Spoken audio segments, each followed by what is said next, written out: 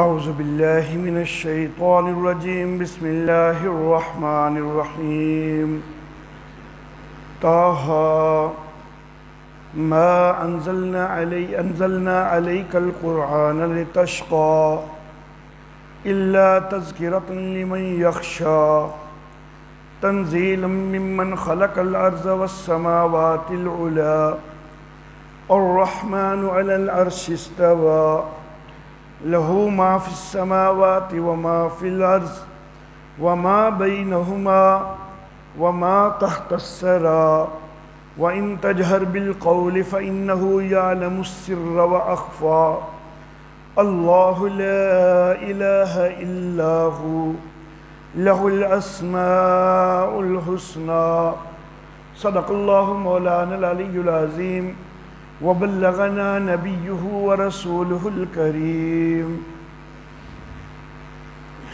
محترم احباب، سورہ طٰہٰ مکی دور میں نازل ہونے والی سورہ مبارکہ ہے۔ تلاوت کی ترتیب میں اس کا نمبر 20واں ہے۔ نزول کی ترتیب میں عموماً اس کو 45ویں نمبر پر قرار دیا جاتا ہے۔ اس سے پہلے جو سورہ مریم ہے اس کی ابتدا میں نے عرض کیا تھا کہ نزول کے لحاظ سے سورہ مریم کو 44ویں نمبر پر قرار دیا جاتا ہے، اور یہ جو سورہ مبارکہ ہے سورہ طٰہٰ اس کو 45ویں نمبر پر قرار دیا جاتا ہے۔ اس سے پتہ چلا کہ یہ تلاوت کی ترتیب میں بھی اکٹھی ہیں اور نزول کی ترتیب میں بھی اکٹھی ہیں۔ اور میں نے سورہ مریم کا زمانہ نزول بتلایا تھا، نبوت کا 5واں سال، ہجرت حبشہ سے کچھ پہلے، تو اس کے ساتھ ہی نبوت کے 5ویں سال میں ہی سورہ طٰہٰ کا نزول بھی بنتا ہے۔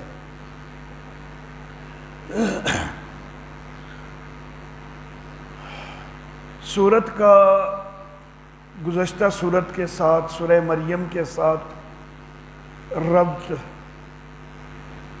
سورہ مریم کے حوالہ سے میں نے عرض کیا تھا کہ یہ سورہ کہف کا تتمہ ہے۔ سورہ کہف میں شبہات کا جواب دیا گیا، اور سورہ مریم میں بھی مزید شبہات کے جوابات دیے گئے ہیں۔ 4 شبہات کے جوابات سورہ کہف میں دیے گئے تھے، اور 3 شبہات کے جواب سورہ مریم میں دیے گئے۔ تو اب گزشتہ 2 صورتوں کے اندر شبہات کا تو ازالہ کیا جا چکا۔ جب شبہات کا ازالہ ہو گیا تو مسئلہ جو ہے وہ گویا کہ خوب نکھر کر سامنے آ گیا۔ جو اس کے اوپر شبہات تھے وہ جب ختم ہو جائیں تو مسئلہ زیادہ واضح ہو جاتا ہے، نکھر کر سامنے آ جاتا ہے۔ تو جب مسئلہ اتنا واضح آ جاتا ہے، ہو چکا ہے، تو اب یہ جو سورہ طٰہٰ ہے اس کے اندر یہ ترغیب دی جا رہی ہے کہ اس مسئلے کو بیان کرنے میں خوب کمر بستہ ہو جاؤ، اس کو اچھے انداز میں اس کی تبلیغ کرو، اس کو بیان کرو۔ تکالیف آئیں، اذیتیں آئیں تو بھی پرواہ نہ کرو، بلکہ شجاعت کے ساتھ، بہادری کے ساتھ اس مسئلہ کو آگے پہنچاؤ۔ جیسے سیدنا موسیٰ علیہ الصلاۃ و تسلیمات، کئی قسم کی مشقتیں آئیں لیکن وہ ثابت قدم رہے، مضبوط رہے، تو حضرت موسیٰ علیہ الصلاۃ و تسلیمات کی طرح تم تکالیف برداشت کرتے ہوئے بھی اس مسئلے کو پہنچانے میں لگے رہو۔ سیدنا آدم علیہ الصلاۃ و تسلیمات ان سے ایک کمزوری ہو گئی تھی کہ جس درخت سے ان کو منع کیا گیا وہ اس میں کھا بیٹھے، اس میں سے چکھ بیٹھے، تو تم سے کوئی اس طرح کی کمزوری نہیں ہونی چاہیے، بلکہ تمہارا معاملہ شجاعت والا ہونا چاہیے۔ یہ سورت کا ربط ہو گیا گزشتہ سورت سے، بلکہ گزشتہ 2 سورتوں سے۔ اب سورہ مبارکہ کا خلاصہ۔ سورت کے اندر جیسا کہ میں نے ابھی عرض کیا، چونکہ خاص مقصود جو ہے وہ شجاعت دلانا ہے، تشجیع جو ہے یہ خاص طور پر مقصود ہے کہ مسئلے کو بہادری کے ساتھ بیان کرو، تو اس لیے کچھ آیات تشجیع آئیں گی۔ اور مسئلہ کون سا بیان کرنا ہے؟ مسئلہ توحید بیان کرنا ہے، تو پھر کچھ آیات توحید بھی آئیں گی۔ 5 ہی آیات تشجیع آ رہی ہیں اور 5 ہی آیات توحید آ رہی ہیں، یا یوں کہہ لیجئے کہ 5 مقامات ایسے ہیں کہ جن میں شجاعت دلائی جا رہی ہے، اور 5 مقامات ایسے ہیں جن میں مسئلہ توحید کو بڑے اتم انداز میں بیان کیا جا رہا ہے۔ البتہ مسئلہ توحید کے حوالہ سے ایک 6 آیت مبارکہ کے اندر ایک ثمرہ جو ہے، ثمرہ بھی ذکر ہوگا۔ 5 تو آیات توحید ہوں گی، اور ایک 6 آیت میں آیات توحید کا ثمرہ بھی ذکر کیا جائے گا۔ سورہ مبارکہ کے اندر 2 قصوں کا بیان ہوگا۔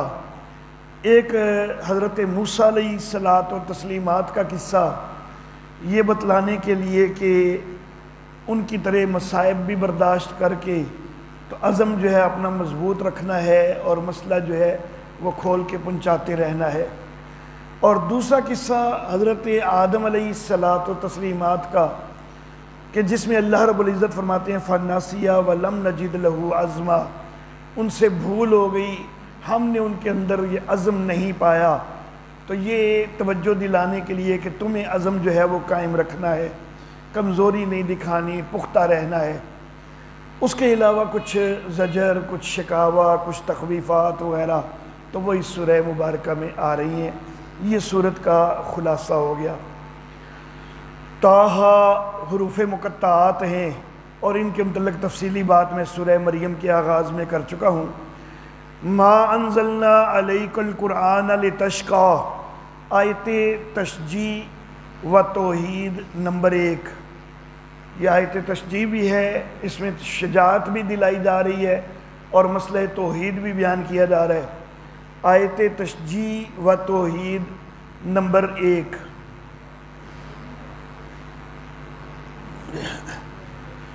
ما انزلنا علیک القرآن لتشقیٰ، ہم نے قرآن آپ پر اس لیے نازل نہیں کیا کہ آپ مشقت میں پڑھیں۔ میں نے ابھی یہ عرض کیا کہ 5 آیات توحید، 5 آیات تشجیع ہوں گی۔ ساتھ میں نے ایک دوسرا جملہ بولا تھا کہ یا یوں کہہ لیں کہ 5 مقامات ایسے ہیں کہ جن میں شجاعت دلائی جا رہی ہے، اور 5 مقامات ایسے ہیں کہ جن میں مسئلہ توحید بیان کیا جا رہا ہے۔ اصل معاملہ یہ ہے کہ آیت تشجیع کا لفظ جب ہم استعمال کرتے ہیں یا آیت توحید کا لفظ استعمال کرتے ہیں، تو اس سے مراد صرف یہ نہیں ہوتا کہ بس ایک آیت ہی، اس سے ایک مقام مراد ہوتا ہے۔ تو یہاں پر بھی صرف اتنی سی آیت ما انزلنا علیک القرآن لتشقیٰ، یہ اتنی مراد نہیں ہے، اس سے اگلی آیتیں بھی گویا کہ یہ مقام مراد ہے۔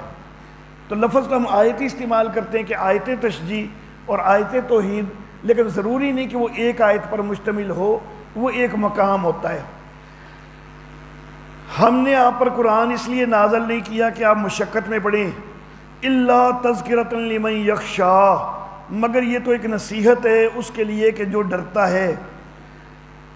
تنزیلا ممن خلق الارض والسماوات العلیٰ، نازل کردہ ہے اس کی طرف سے کہ جس نے زمین کو بھی پیدا کیا اور بلند آسمانوں کو بھی پیدا کیا۔ امام رازی رحمہ اللہ بہت بڑے مفسر قرآن ہیں، تفسیر کبیر ان کی تفسیر کا نام ہے، اس کو تفسیر رازی بھی کہا جاتا ہے، تفسیر فخر الدین بھی کہا جاتا ہے، اور تفسیر کبیر جو اس کا نام ہے اس سے پتہ چل رہا ہے کہ بہت بڑی تفسیر ہونی چاہیے۔ تو ہر جلد ایک پورے سپارے کے لیے، ہر سپارے کے لیے الگ جلد ہے، 30 سپاروں کے لیے 30 جلدوں پر مشتمل بہت بڑی تفسیر ہے۔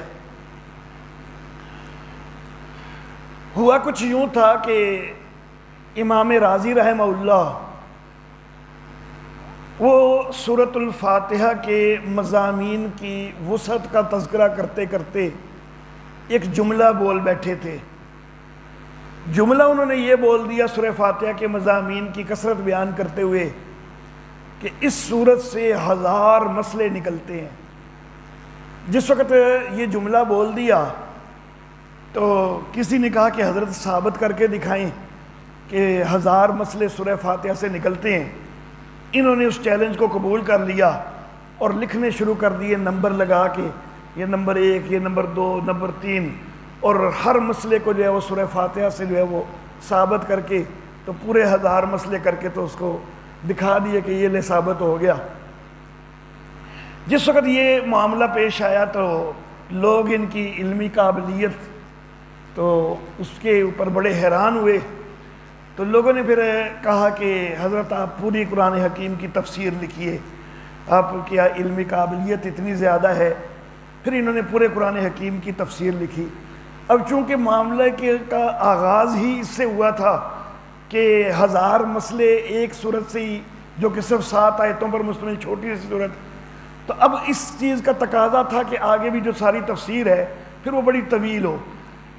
سورہ فاتحہ میں وہ پوری تفسیر جو 1000 مسئلے والی وہ تو انہوں نے نہیں رکھی، سورہ فاتحہ کی بھی الگ سے پھر تفسیر کی اور پورے قرآن حکیم کی تفسیر کی، لیکن طوالت اس کے اندر جو ہے اور مسائل زیادہ سے زیادہ اس چیز کا انہوں نے اہتمام بہرحال رکھا۔ البتہ امام رازی رحمہ اللہ ان کے اندر ایک بہت بڑی کمزوری ہے۔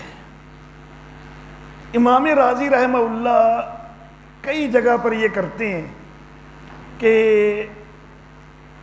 یہ جی آیت جو ہے اس کے اوپر یہ سوال اٹھتا ہے، یہ آیت جو ہے اس کے اوپر یہ سوال اٹھتا ہے، اس پر یہ سوال اٹھتا ہے، بڑے سارے سوالات اٹھاتے ہیں، پھر سوال کا جواب دیتے ہیں، سوال اٹھاتے ہیں پھر اس کا جواب دیتے ہیں۔ لیکن یہاں معاملہ یہ کمزوری والا ہو جاتا ہے کہ جتنے جوش کے ساتھ وہ سوال ہوتا ہے نا، تو کئی جگہ پر تو چلو جواب دینے کا بھی پوری طرح حق ادا کرتے ہیں، لیکن کئی جگہ پر بھی جواب پوری طرح بنتا نہیں ہے ان سے، وہاں پر کمزوری دکھا جاتے ہیں، اور یہ چیز جو ہے یہ پھر پڑھنے والوں کے لیے نقصان دہ ہو جاتی ہے۔ اس لیے میرے والد محترم حضرت قاضی عصمت اللہ عاصم اللہ تعالی، اللہ ان کی قبر پہ کروڑوں رحمت نازل فرمائے، وہ یہ بات فرمایا کرتے تھے کہ جو جید عالم ہو اس کو تفسیر کبیر کا ضرور مطالعہ کرنا چاہیے، جو جید عالم ہو، کیونکہ سوالات کئی سامنے آتے رہیں گے، اور یہ جو جید عالم ہوگا اگر امام رازی کے جواب پر مطمئن نہیں بھی ہوگا نا تو خود جواب بنا لے گا، تو اس سے اس کی ایک تیاری ہو جائے گی۔ کل کو کوئی کافر، کوئی بدبخت وہ کوئی سوال اچانک اٹھاتا ہے تو اس کی پہلے سے تیاری موجود ہوگی اور وہ آسانی سے جواب دے سکے گا۔ لیکن والد صاحب فرمایا کرتے تھے کہ عوام کو یہ تفسیر نہیں پڑھنی چاہیے، کیونکہ عوام جو ہیں وہ جب سوال دیکھیں گے بڑا زوردار اور جواب پر پوری طرح مطمئن نہیں ہوں گے تو یہ نہ ہو کہ عوام کے اپنے عقائد ہی خراب ہونے لگ جائیں، نظریات خراب ہونے لگ جائیں۔ تو عوام کو اس کی طرف توجہ اتنی نہیں کرنی چاہیے، اور بلکہ میں تو یہ بھی کہوں گا کہ چھوٹے موٹے مولویوں کو بھی نہیں کرنی چاہیے۔ تو جو جید علماء ہیں ان کو بہرحال جو ہے وہ تفسیر کبیر کا مطالعہ کرنا چاہیے۔ یہاں پر بھی وہ کچھ سوال اٹھاتے ہیں کہ اللہ فرماتے ہیں کہ ما انزلنا علیک القرآن لتشقی، ہم نے قرآن آپ کے لیے، آپ پر اس لیے نازل نہیں کیا کہ آپ مشقت میں پڑھیں۔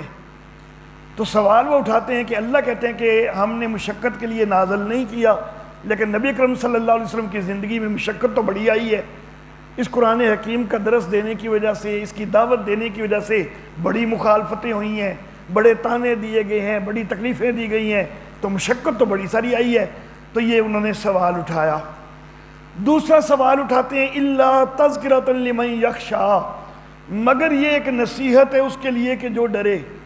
وہ کہتے ہیں الا کا تقاضا یہ ہوتا ہے کہ الا یہ ظاہر کرتا ہے کہ ایک چیز اس سے پہلے بیان ہوتی ہے، ایک اس کے بعد، اور الا کا تقاضا یہ ہوتا ہے کہ وہ پہلے کی نفی کرتا ہے اور بعد کا اس بات کرتا ہے کہ وہ پہلی چیز نہیں ہے، یہ بعد والی ہے۔ تو پہلی چیز ہے کہ مشقت میں پڑھنا، اور ہو تو وہ بھی رہی ہے۔ قرآن کہتا ہے کہ الا، مگر وہ نہیں، بلکہ اصل یہ ہے کہ یہ ایک نصیحت ہے۔ تو یہ نصیحت بھی ہے اور مشقت بھی آ رہی ہے، یہاں پر تو دونوں چیزیں موجود ہیں۔ تو پہلے کی نفی تو بن نہیں سکتی کیونکہ مشقت تو عملی طور پر آئی ہے، تو الا پھر اللہ نے کیوں فرما دیا؟ یہ دوسرا انہوں نے اشکال پیدا کیا، سوال اٹھایا۔ تیسرا سوال تنزیلا ممن خلق الارض والسماوات العلی، یہ نازل کردہ ہے اس کی طرف سے کہ جس نے زمینوں کو بھی پیدا کیا، زمین کو بھی پیدا کیا اور بلند آسمانوں کو بھی پیدا کیا۔ وہ کہتے ہیں کہ اس کا کوئی پہلی دو آیتوں سے اتنا ربط نہیں بن رہا، تو یہ انہوں نے 3 سوال ان 3 آیتوں پر اٹھا دیے۔ اللہ اللہ اللہ رحمتیں فرمائے ہمارے شیخ المشائخ رئیس المفسرین حضرت حسین علی الوانی رحمہ اللہ پر، اللہ ان کی قبر پہ کروڑوں رحمتیں نازل فرمائے۔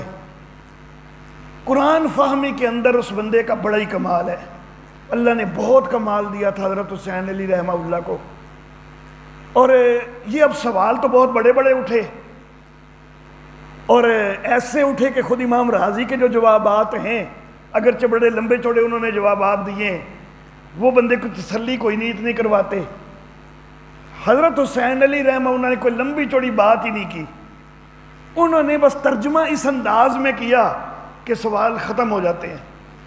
وہ کہتے ہیں کہ ما انزلنا علیک القرآن لتشقی، میرے سونے محبوب یہ قرآن آپ پر اس لیے تو نازل نہیں کیا کہ مشقت میں پڑھیں،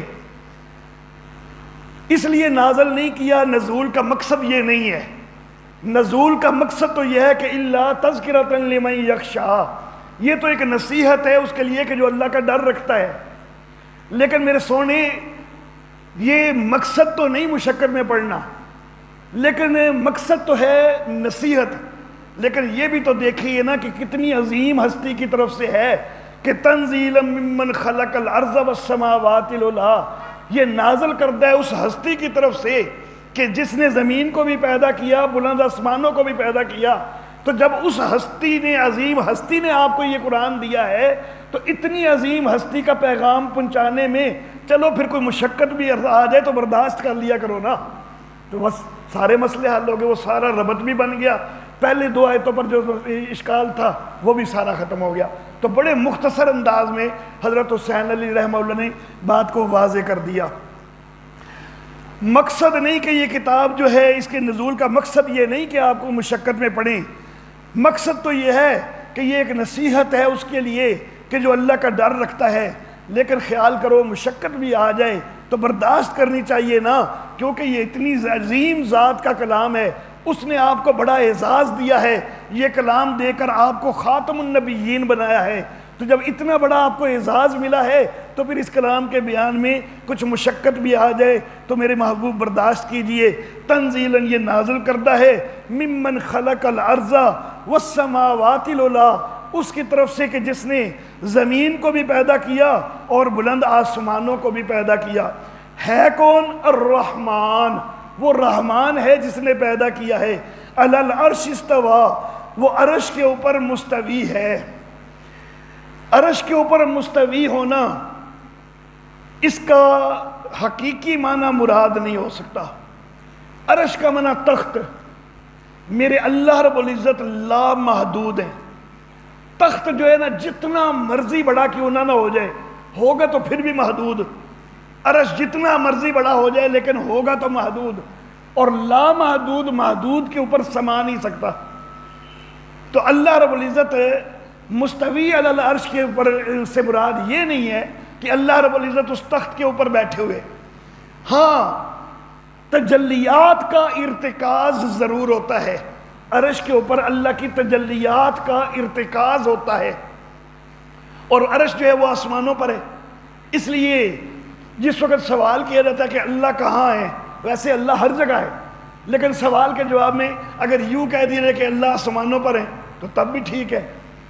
اللہ واللہ، نبی اکرم صلی اللہ علیہ وآلہ وسلم کے سامنے ایک خاتون کا کچھ مسئلہ آیا تھا، لونڈی تھی اور اس کا مالک جو ہے وہ کچھ ڈانٹ ڈپٹ کر رہا تھا، تو نبی اکرم صلی اللہ علیہ وسلم نے اس خاتون سے پوچھا کہ اللہ کہاں ہے؟ اس نے کہا کہ اوپر ہے۔ تو نبی صلی اللہ علیہ وسلم نے کہا کہ یہ تو اللہ کی پہچان رکھتی ہے، یہ تو مسلمان ہے، تم اس کو کیوں ڈانٹ ڈپٹ کر رہے ہو؟ تو بہرحال اب آسمان کی طرف اشارہ کر دیا جاتا ہے اللہ رب العزت کے نام پر، لیکن اللہ رب العزت ہر جگہ موجود۔ استواء علی العرش جو ہے، ایک تو یہ کہ عرش کے اوپر اللہ رب العزت کی تجلیات کا ارتکاز ہوتا ہے، جیسا کہ تجلیات جو ہیں کوہ طور پر بھی حضرت موسیٰ علیہ السلام کو نظر آئی تھی، تو تجلیات کا کچھ ارتکاز وہاں پر ہوا تھا، تو اسی طرح اللہ رب العزت کی تجلیات کا ارتکاز ہوتا ہے عرش پر۔ اور اصل میں معاملہ ہے استعارہ ہے، یہ استعارہ یہ ہے کہ مثال کے طور پر اس وقت ہم یہ کہتے ہیں کہ پاکستان کے تخت پر اس وقت عمران خان ہے، اب عمران خان کے ہر وقت تخت کے اوپر بیٹھا رہتا ہے، یہ مراد نہیں ہوتی، بلکہ مراد یہ ہوتی ہے کہ حکومت کا نظام وہ چلا رہا ہے، تو تخت کے اوپر مستوی ہونا اس سے مراد ہوتی ہے حکومت کا نظام چلانا۔ تو اللہ رب العزت ساری کائنات کا نظام چلا رہے ہیں۔ قرآن حکیم کے اندر جہاں جہاں استواء علی العرش، عرش کے اوپر مستوی ہونے کا تذکرہ آیا ہے نا، تو وہاں ساتھ تخلیق کا تذکرہ آیا ہے، اور اللہ رب العزت یہ ظاہر کر رہے ہیں کہ وہ جو اس طرح ہندو کہتے ہیں نا کہ برہما خالق ہے، وہ پیدا کر کے وہ فارغ ہو گیا، آگے جو ہے نا وشنو اور شیو جو ہیں وہ نظام چلا رہے ہیں، تو اللہ رب العزت فرماتے ہیں کہ نہیں، اللہ نے تخلیق بھی کی ہے اور تخلیق کر کے انتظام بھی اللہ ہی چلا رہے ہیں، سارے نظام وہ اللہ چلا رہے ہیں، حکومت اللہ ہی کے ہاتھ میں ہے، اختیار اللہ ہی کے ہاتھ میں ہے۔ تو تخلیق کا تذکرہ اور استواء علی العرش کا تذکرہ اللہ اکٹھے کرتے ہیں تاکہ واضح ہو جائے کہ تخلیق کرنے کے بعد اللہ نے کچھ چھوڑ نہیں دیا، بلکہ وہ سارا نظام بھی چلا رہا ہے۔ تو الرحمن، وہ رحمتوں والا، علی العرش استوا، وہ عرش کے اوپر مستوی ہے، لہو ما فی السماوات و ما فی الارض وما بینہما، اسی کے لیے ہے جو کچھ آسمانوں میں ہے، جو کچھ زمین میں ہے اور جو کچھ ان کے درمیان ہے، وما تحت الثری، اور جو نمناک مٹی کے نیچے ہے، جو زمین کی تہوں کے اندر ہے، سب کچھ اسی کے لیے ہے، لہو، اسی کے لیے ہے، ملکیت بھی اسی کی، اختیار بھی اسی کا۔ تو اس کے اندر مسئلہ اختیار کا تذکرہ آ گیا بڑی تفصیل کے ساتھ کہ اتنا اختیار کسی اور کا تو کوئی نہیں ہو سکتا کہ آسمانوں والی چیزوں پر بھی اسی کا اختیار ہو، زمین والی ساری چیزوں پر بھی اس کا اختیار ہو، جو آسمان و زمین کے درمیان ہیں ان پر بھی اس کا اختیار ہو، جو زمین کی تہوں کے اندر کوئی چیزیں ہیں ان پر بھی اختیار ہو، ایسی اور کوئی ہستی نہیں سوائے اللہ کے۔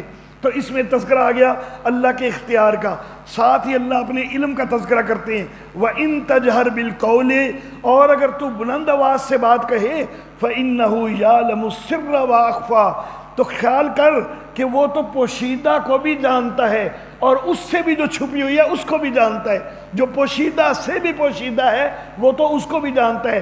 اس میں علم کا اظہار ہوا کہ اللہ کا علم تو یہ ہے کہ جو سر کو بھی جانتا ہے، بھید کو بھی جانتا ہے، اور اخفا، جو بھید سے بھی زیادہ چھپی ہوئی چیز ہے اس کو بھی جانتا ہے۔ کئی تفسیریں کی گئی ہیں سر اور اخفا کی۔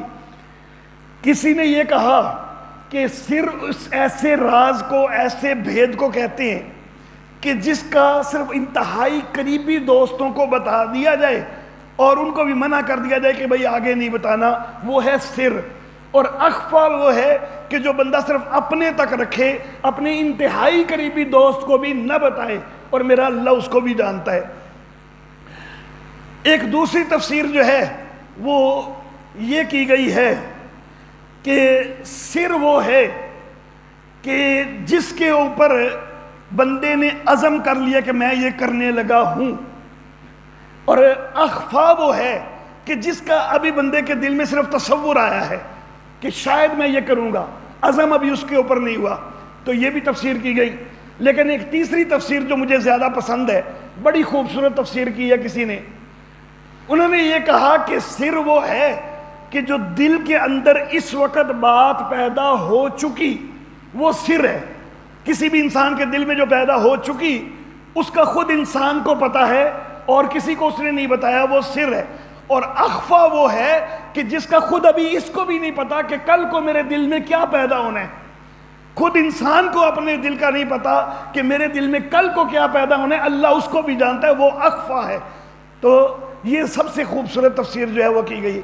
اور بعض نے یہ بھی کہا کہ یعلم السر و اخفا، اس میں جو اخفا ہے یہ ماضی کا صیغہ بنایا جا سکتا ہے کہ وہ بھید کو جانتا ہے اور پھر بھید اس نے چھپایا ہوا ہے، وہ بھید کا کسی کے سامنے اظہار بھی نہیں کرتا. تو یہ کئی معنی کیے گئے ہیں. تو بہرحال اس میں اللہ رب العزت کے علم کی جو ہے وہ بہت وسعت جو ہے وہ ظاہر ہوتی ہے کہ وہ سر کو بھی جانتا ہے اور جو بھید سے بھی زیادہ چھپی چیز ہے وہ تو اس کو بھی جانتا ہے. تو پہلے مسئلہ اختیار کا ذکر ہوا، پھر علم کا تذکرہ ہوا. اور میں پہلے بھی یہ بات عرض کر چکا ہوں کہ یہ دو مسئلے توحید کی بنیاد ہیں، اور قرآن حکیم کے اندر اکثر یہ دونوں مسئلے اکٹھے ذکر ہوتے ہیں کہ اختیار والا بھی اللہ، علم والا بھی اللہ. جتنا اختیار، کلی اختیار اللہ کے پاس ہے اتنا اختیار کسی اور کے پاس نہیں ہو سکتا. جس طرح کلی علم میرے اللہ کے پاس ہے اس طرح کلی علم کسی اور کے پاس نہیں ہو سکتا. یہ دونوں مسئلے جس وقت واضح ہو گئے نا تو پھر مان لو نا کہ اللہ لا الہ الا ہو. جب اختیار والا بھی وہ ہے، علم والا بھی وہ ہے، تو پھر مان لو کہ معبود بھی وہ ہے. عبادتیں اسی کی ہونی چاہیے، اسی کے آگے سر بسجود ہونا چاہیے. لہ الاسماء الحسنی، اس کے اچھے اچھے نام ہیں. اور قرآن حکیم کے دوسرے مقام پہ اللہ رب العزت یہ بھی فرماتے ہیں کہ للہ الاسماء الحسنی فادعوہ بہا، اللہ کے اچھے اچھے نام ہیں، ان ناموں کے ذریعے اللہ کو پکارا کرو. اللہ کے نام جو ہیں ان کا وسیلہ بنا کے زیادہ سے زیادہ اللہ کے نام لے لے کے دعائیں مانگا کرو. اللہ اللہ. سیدنا عمر فاروق رضی اللہ تعالی عنہ نبی اکرم صلی اللہ علیہ وآلہ وسلم کو شہید کرنے کے ارادہ سے نکلے تھے، لیکن پھر راستہ تبدیل ہوا. تفصیل میں نہیں جانا چاہوں گا کیونکہ تفصیل آپ علماء سے سنتے آتے ہیں. بہن کے گھر پہنچ گئے، اس کو مارا، بہنوئی کو مارا. آخر کار حضرت عمر فاروق نے کہا کہ دکھاؤ تو صحیح نا وہ کیا پڑھ رہے تھے. اور یہ پہلی دفعہ ہے حضرت عمر فاروق نے اپنی زندگی میں سوچا، پہلی دفعہ انابت کی ہے کہ دیکھو تو صحیح آخر وہ ہے کیا. ہو سکتا ہے وہ واقعی اللہ کا سچا کلام ہو. اس سے پہلے 6 سال مخالفت کرتے رہے نا، اور بالکل انابت کبھی کی ہی نہیں. صرف یہی ہے کہ بس چونکہ میرا قبیلہ خلاف ہے تو بس میں بھی خلاف ہوں. کبھی سوچا ہی نہیں نبی اکرم صلی اللہ علیہ وسلم کی دعوت کو. پہلی دفعہ ہے کہ سچے دل سے ایک دفعہ سوچا کہ آخر میری بہن نے اتنی مار کھائی ہے، میرے بہنوئی نے اتنی مار کھائی ہے، پھر اس دین سے ہٹ نہیں رہے. اور ممکن ہے کہ کچھ اور بھی ذہن میں مثالیں سامنے آئی ہوں کہ بلال تپتی ریت پہ لٹائے جا رہے ہیں، پھر بھی آہد آہد پکارتے ہیں. خباب کو تو انگاروں پہ لٹا دیا گیا ہے، پھر بھی وہ دین کو نہیں چھوڑ رہے ہیں. ابو فقیہ کو مکے کی گلیوں کے اندر گھسیٹا جا رہا ہے پاؤں میں رسی باندھ کے، پھر بھی وہ دین کو نہیں چھوڑ رہے. عثمان ذی النورین رضی اللہ تعالیٰ عنہ ان کو چٹائی کے اندر لپیٹ کے دھواں دیا جا رہا ہے، وہ پھر بھی دین کو نہیں چھوڑ رہے. ہو سکتا ہے یہ مثالیں بھی ذہن میں آئی ہوں. حضرت عمار ابن یاسر کا سارا خاندان اذیتیں دے دے کے، مشقتیں دے دے کے اس کو جو ہے وہ ہلاک کیا جا رہا ہے، پھر بھی وہ دین کو نہیں چھوڑ رہے. حضرت زنیرہ کو مشقتیں دی جا رہی ہیں، وہ آنکھوں سے نابینا کر دی گئی ہیں، پھر بھی وہ دین کو نہیں چھوڑ رہے. آخر ہے کہ ہمیں دیکھو تو صحیح. تو پہلا دن ہے کہ جب حضرت عمر فاروق رضی اللہ تعالیٰ عنہ نے انابت کی ہے. اور میرا اللہ فرماتے ہیں کہ یہدی الیہ من ینیب، جو بھی انابت کرے گا اس کو اللہ ہدایت دے دیتا ہے. یہ اللہ کا وعدہ ہے. اور میرا یہ عقیدہ ہے کہ ساری زندگی میں کوئی دنیا کا بڑے سے بڑا بدبخت کافر ہی کیوں نہ ہو، ساری زندگی میں اگر ایک دفعہ بھی سچے دل سے انابت کرے، سچے دل سے توجہ کرے، اس کے اندر کوئی تعصب وغیرہ نہ رکھے، سچے دل سے راہ حق کو ڈھونڈنے کی کوشش کرے، ساری زندگی میں ایک دفعہ بھی کرے گا نا، اللہ ضرور اس کی ہدایت کا کوئی نہ کوئی سامان بنا دیں گے، اللہ ضرور اس کے لیے کوئی نہ کوئی سبب پیدا کر دیں گے کہ جس سے اس کو ہدایت مل جائے گی، کیونکہ میرے اللہ کا وعدہ ہے کہ یہدی الیہ من ینیب، جو اس کی طرف انابت کرتا ہے اللہ اس کو ہدایت دے دیتا ہے، اور اللہ کا وعدہ کبھی خلاف، اللہ اپنے وعدے کے کبھی خلاف نہیں کرتے، اللہ کا وعدہ ہمیشہ سچا ہوتا ہے۔ تو ایک دفعہ بھی کوئی انابت کرے تو اس کو ہدایت ملنی ہی ملنی ہے۔ اللہ اللہ، اسی لیے ایک سوال جو کیا جاتا ہے کہ جی جڑے کافراں دے گھراں وچ پیدا ہو گئے نے انہاں بیچاریاں دا کی قصور ہے کہ وہ جہنم میں جان گے؟ بھائی قصور یہ ہے کہ انہوں نے ساری زندگی میں ایک دفعہ بھی نہیں سوچا، یہ بہت بڑا قصور ہے، ساری زندگی میں ایک دفعہ بھی نہیں سوچا۔ اور مومنوں کے گھروں میں اگر پیدا ہو گئے تو وہ کوئی جنت کا سرٹیفکیٹ کوئی نہیں ہے۔ مومنوں کے گھروں میں پیدا ہو کے بھی دہریے بننے والے آ جاتے ہیں، مومنوں کے گھروں میں پیدا ہونے والے شرک کرنے والے بن جاتے ہیں، مومنوں کے گھروں میں پیدا ہونا بھی کوئی سرٹیفکیٹ نہیں ہے۔ صرف ایک دفعہ بھی انابت کی ہو کسی بھی کافر نے تو اس کو ہدایت مل جاتی ہے۔ تو جو کفر کی حالت میں ہی مر گیا اس کا یہ قصور ہے کہ اس نے زندگی میں ایک دفعہ بھی نہیں سوچا ہے۔ اللہ اللہ، زندگی کے چھوٹے سے چھوٹے معاملات پہ بندہ سوچتا ہے، چھوٹے سے چھوٹی بات، اپنی زندگی کے لیے کوئی بھی راہ اختیار کرتے ہوئے بندہ سوچتا ہے، کوئی بھی شعبہ اختیار کرتے ہوئے بندہ سوچتا ہے، کوئی پیشہ اختیار کرتے ہوئے بندہ سوچتا ہے، کوئی تعلیم اختیار کرتے ہوئے بندہ سوچتا ہے۔ تم نے دین کو اتنی بھی قدر نہیں دی، باقی تو ہر چیز پہ سوچتے ہو، تم نے دین کے لیے، روحانیت کے لیے، آخرت کے لیے ایک لمحہ بھی نہیں سوچا، تو پھر کہتے ہو ساڈا کی قصور ہے؟ قصور تو تمہارا ہے نا، جب ہر چیز کے متعلق سوچتے تھے ایک دفعہ تو سوچا ہوتا زندگی میں کہ صحیح راہ کیا ہے تو تمہیں راہ ضرور مل جاتی۔ اللہ اللہ، تو میں عرض کر رہا تھا حضرت عمر فاروق رضی اللہ تعالیٰ عنہ نے یہی آیات مبارکہ ان کے سامنے کی گئی تھی، اور ان کی تلاوت کو کر کے، ان کو پڑھ کے اسی وقت وہ ایمان کی طرف آ گئے۔ یہاں پر میں اپنے ذوق کے مطابق ایک بات کرنا چاہوں گا کہ حضرت عمر فاروق کے دل کی کیفیت کیا ہوگی جس وقت وہ ان آیتوں کو پڑھ رہے تھے۔ اصل حقیقت تو اللہ ہی جانتا ہے نا، ایک اپنے ذوق کے مطابق میں تعبیر کرنا چاہوں گا۔ ما انزلنا علیک القرآن لتشقی، اے نبی ہم نے قرآن آپ پہ اس لیے نازل نہیں کیا کہ آپ مشقت میں پڑھیں۔ عمر فاروق زندگی میں پہلی دفعہ یہ خیال کر کے پڑھ رہے ہیں کہ شاید یہ واقعی اللہ کا کلام ہے۔ جب یہ واقعی اللہ کا کلام ہے، اس کو خیال کیا تو دل پہ ضرب لگی ہوگی کہ اللہ اپنے